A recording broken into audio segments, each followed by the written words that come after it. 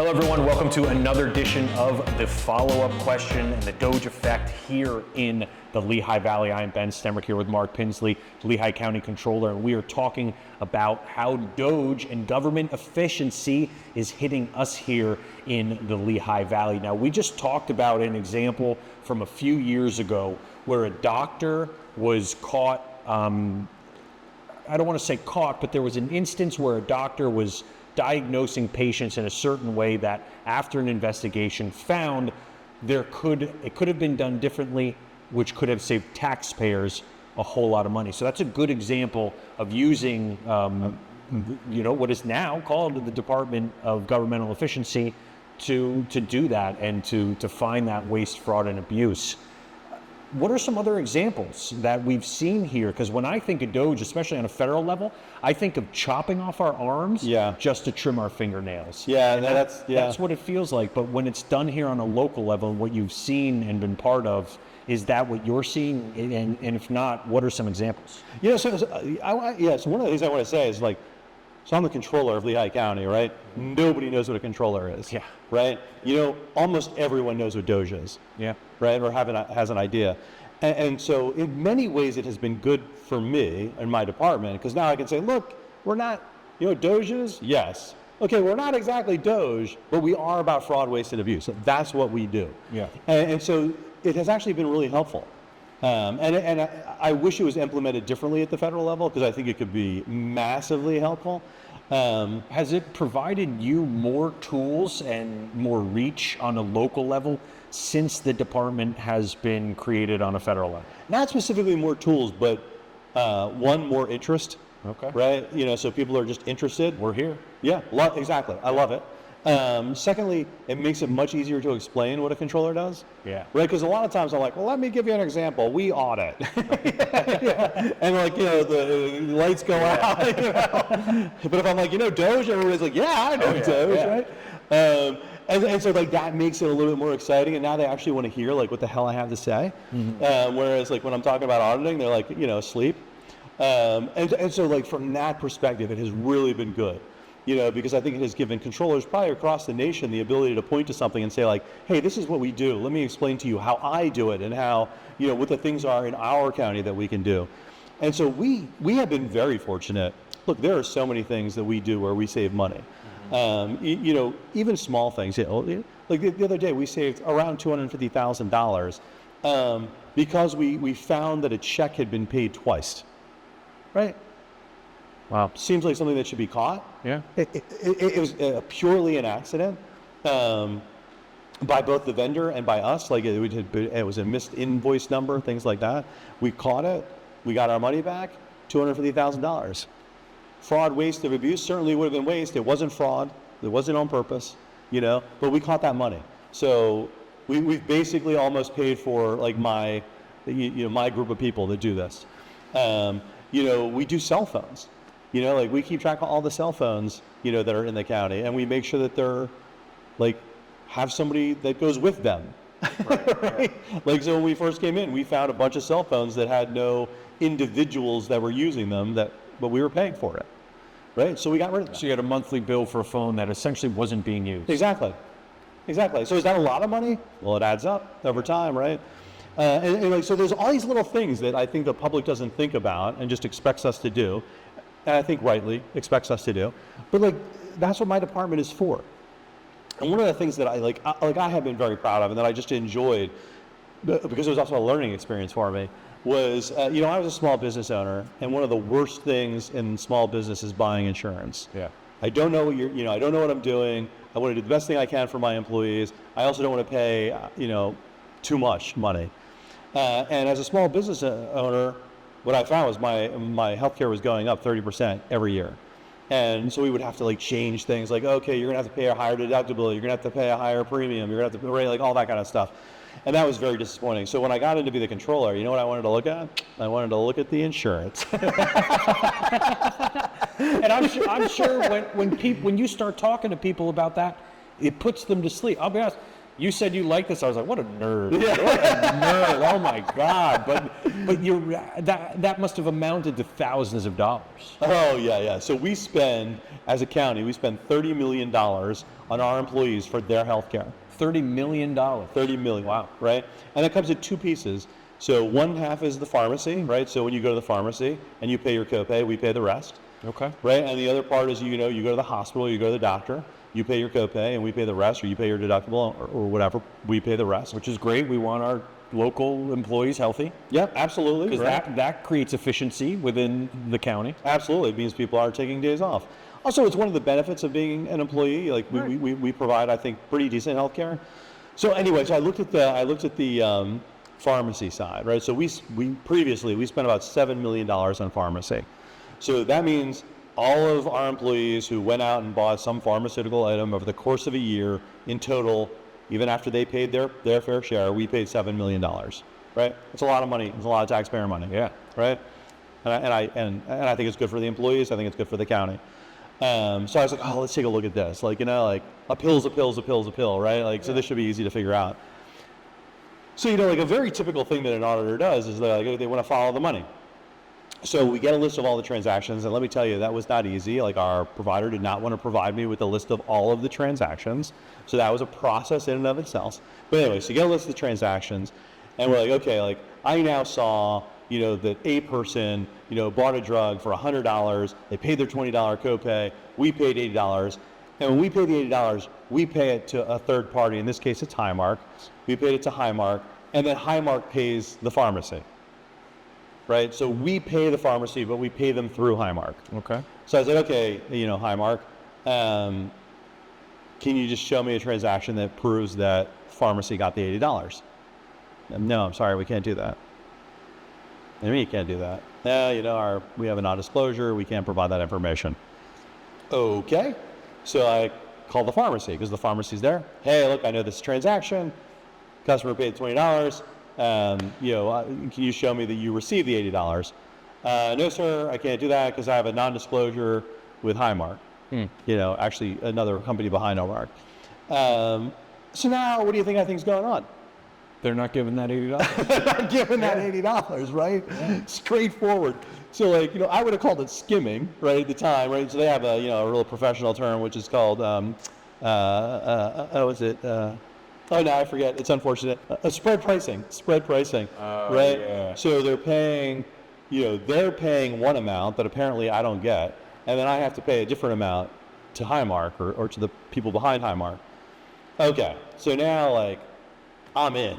Oh, yeah. Right? Oh, yeah. That's found money. Yeah, that's found money. So, how much is out there? And I'm thinking, there's money out there in them hills. And so one of the things I did, I took all the drugs that we buy. Are you familiar with GoodRx? Yeah. Oh, yeah. Right? So GoodRx is this third party. Like, if you have no insurance, I you can go use it. Money on all my medication. Yeah. Absolutely. So I took all of the drugs that we bought, and I ran them against GoodRx to see whether or not we would pay more or less than GoodRx are paying. And there was several $100,000 of drugs that we would have paid less had we had our employees use GoodRx rather than our own insurance. Wow. Right? There's more money in them hills, right? So that's a great example, I think, of this, the concept of DOGE in effect here in the Lehigh Valley. When we hear it on a federal level, it often sounds very different. Every action has a consequence. Yep. Positive or negative. When something happens, it will cause something else to happen. I think of the cuts to weather forecasting. Yeah. And sure, you cut a good chunk of employees, you cut a good chunk of services, and therefore the forecasting is going to be worse off. And that might save a little bit of money here on the front end. Yep. But in the long run, houses are going to get destroyed. Areas. If you can't forecast weather, you can't be prepared. Yep. It's going to end up costing the individual so much more. And the insurance companies, right? All those costs are going to go up. So, how is that considered efficient, or is it just aimless cutting that that the government is not taking into consideration the consequences? I think that's really what it is to some extent. So look, we create all these regulations, right? Right. So if we could cut all of them, all of a sudden we can get stuff done really Right. quickly, right? Yeah. But those regulations were designed for a reason, right? And I think one of the things that ends up happening is they're designed because something bad happened. Yeah. Is that bad thing going to happen again? Right? Or what's the likelihood of that bad thing happening again? So there's a bunch of regulations that are put in place that really should be cut. Yeah. Maybe they had a moment in time, where they were trying to stop something. And you really have to look at each regulation and try and understand, well, like, why was this put in place? Is it still helping? Should it be changed? Should it be cut? How can we make things better? And so there is an efficiency that can be gained by doing that. And by the way, that's part of what my office does. Yeah. Like, we go through processes and we'll evaluate processes that are in the government and say, hey, we suggest that you do X, either to reduce cost, or in some cases it might cost a little bit more, but we believe that the taxpayer has the right to know what's going on with their money. Yeah. How often are you finding stuff that's just buried in bureaucracy, and that's what's causing it to be inefficient? We need to find that middle ground of, yes, we have these regulations. Some are needed, some are not. How often is that the case, and how easy is it then to kind of shed that weight you don't want? Yeah. So I would say it's found almost all the time. The question is how much does it cost? In many cases, it's not a lot. Okay. Right? Like, can you become more efficient 100%?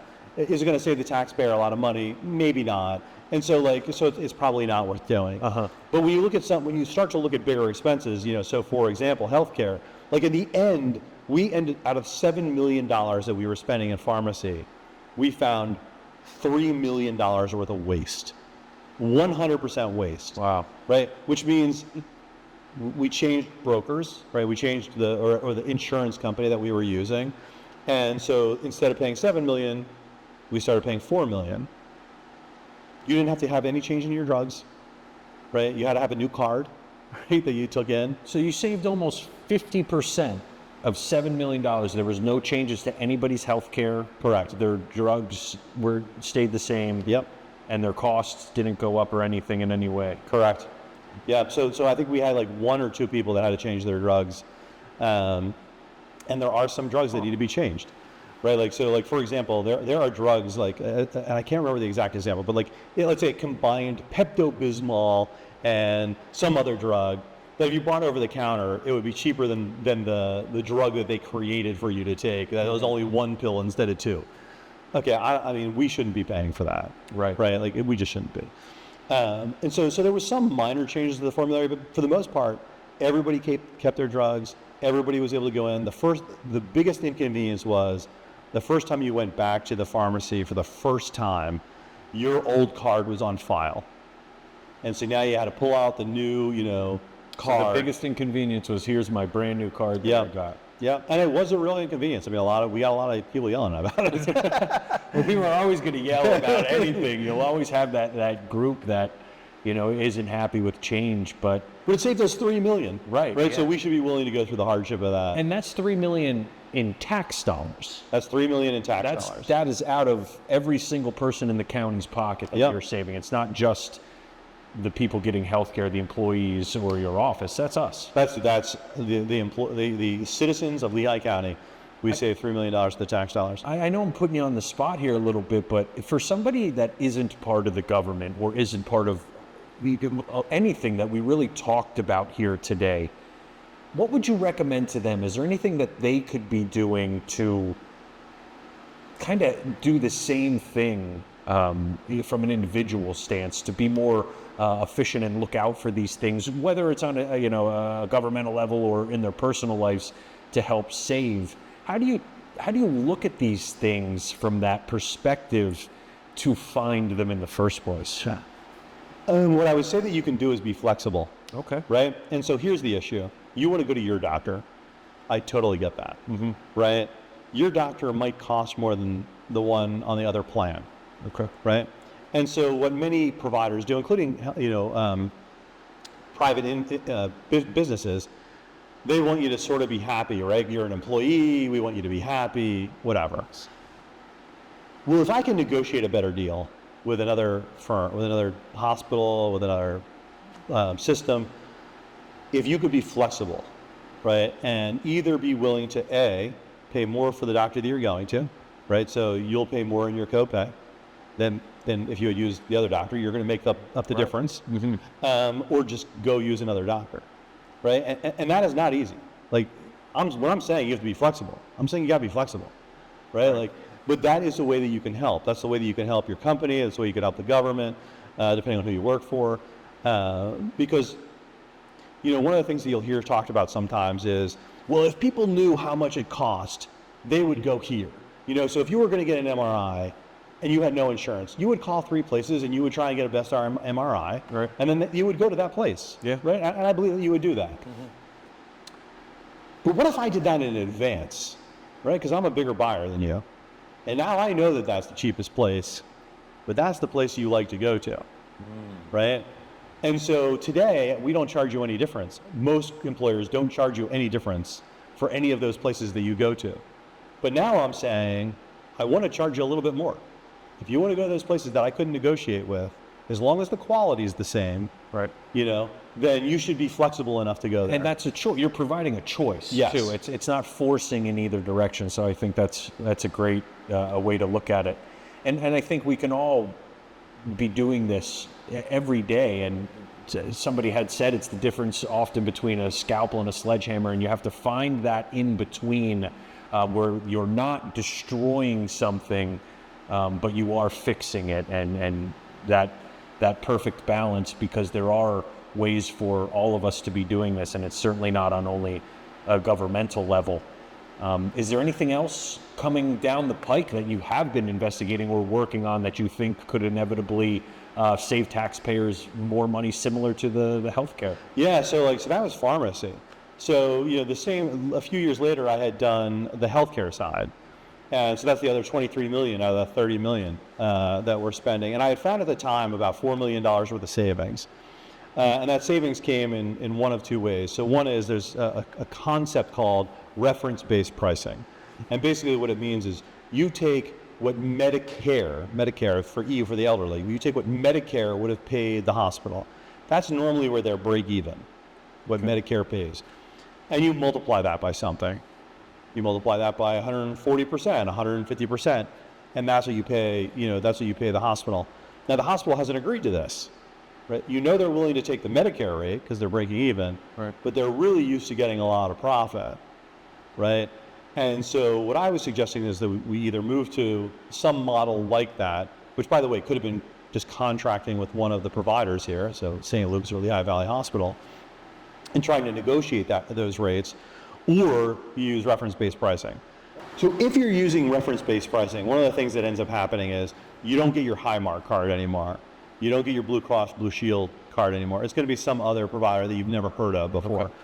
And so the board at the time was kind of worried about that, right? Because once again, we are trying to do the best thing for our employees. We want them to be healthy. I happen to think that whether it's reference-based pricing or contracting directly with the hospital, which I think is probably the better way, contracting directly with the hospital, we can do without the card. Right. Right. We can teach our employees, this card's good, we're going to pay.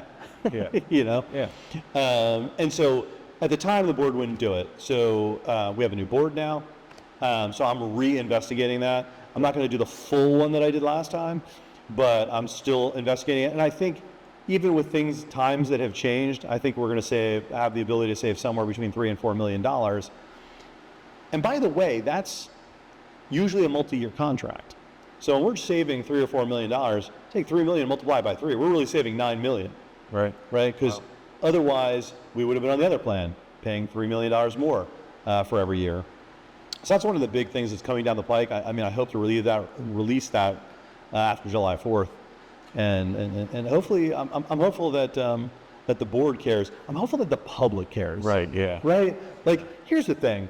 If you're the public and you're reading this in the newspaper, right? Oh, controller says he can save $3 million.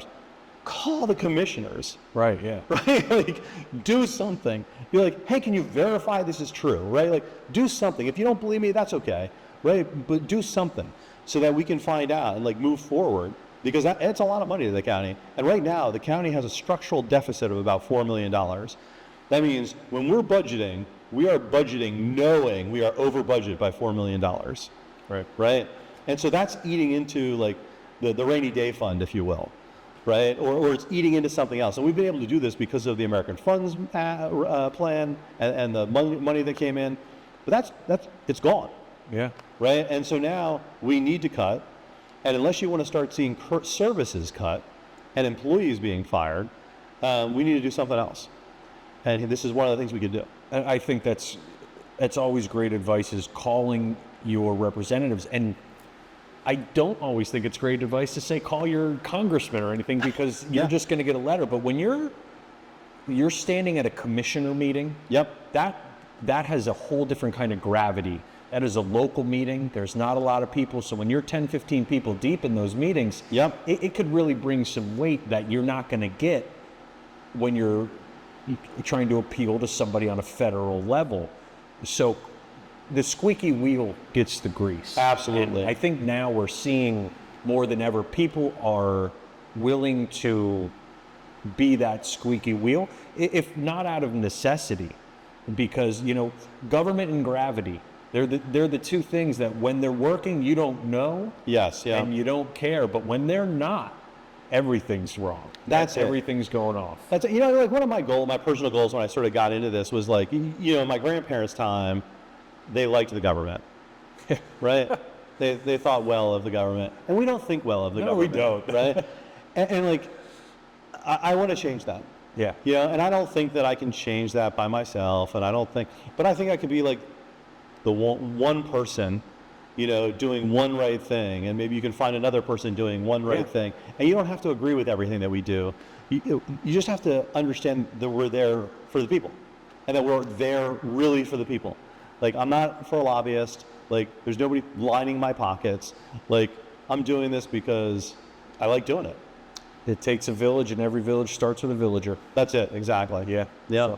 So Mark, I want to thank you for sitting down with us and talking through a lot of this stuff. I've certainly learned a lot, and really didn't have a true understanding of what was happening on a local level also. And I pride myself on somebody who does try and pay attention and stay in the loop on this. So I think this was a great way to kind of learn more about DOGE and government efficiency, how it affects us here on a local level, but also on a federal level. Now, we're going to continue to do these. We're going to talk more outside of healthcare. We did talk a lot about health, and I think that's important because that drives a lot of money, especially locally. But we're going to be talking to small business owners, to parents, to families that are also being affected this, and we're going to continue to explore government efficiency, how it could happen, and again, trying to find that middle ground of the regulations that we do need and want and benefit us while getting rid of the inefficiencies and everything else. I appreciate you having me on. This is a lot of fun. Okay, thank you. And until next time.